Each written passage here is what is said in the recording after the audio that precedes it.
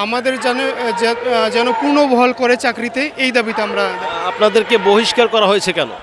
আমাদের অব্যাহতি দেওয়া হয়েছে, আমরা নাস্তা খাইনি এমন একটা অভিযোগ টেনে আমাদের অব্যাহতি দেওয়া হয়েছে। যেখানে আমরা 40তম ব্যাচে সাব ইন্সপেক্টর ছিলাম, একটা বছর কঠোর পরিশ্রম করে যখন ট্রেনিংয়ের শেষ পর্যায়ে আমরা বিভিন্ন থানাতে বা বিভিন্ন ইউনিটে যোগদান করব, তার ঠিক আগ মুহূর্তে 1 সপ্তাহ বা 10 দিন আগে আমাদের একটা ঠুনকো বিষয় নিয়ে অভিযোগ দিয়ে আমাদের অব্যাহতি দেওয়া হয়েছে। এবং আমাদের কাছে মনে হয়েছে যে আসলে এই বিষয়টা নিয়ে যে আমাদের অব্যাহতি দেওয়া, আমাদের স্বপ্নের ভঙ্গ করা, তার কোনো যৌক্তিকতা আমরা পাই না। তারই পরিপ্রেক্ষিতে আমরা আজকে আইজিপি বরাবর আমরা এখানে দাঁড়িয়েছি, যাতে উনি আমাদের পুনর্বিবেচনা করে দেশের।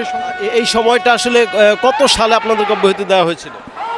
আমাদের ট্রেনিং শেষ হওয়ার কথা ছিল নভেম্বরের 4 তারিখে 24 সালে, 2024। আর আমাদের অব্যাহতি দেওয়া হচ্ছে অক্টোবরের শেষ উইকে, জাস্ট 10 দিন, 21 তারিখ।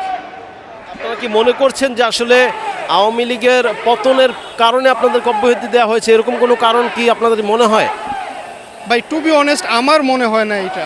এবং কি কারণে ঠিক বাদ দিছে এটাও আমরা বুঝতেছি না। ইভেন আমাকে যখন বাদ দিবে, যদি আমি একটা অন্যায় করি, মনরে সান্ত্বনা দেওয়া যাইতো যে না, আমি আসলে একটা ফল্ট করছি বা একটা জিনিস প্রমাণ হয়েছে, দেন আমাকে তারা বাদ দিছে, এটা সান্ত্বনা অ্যাটলিস্ট পেতাম।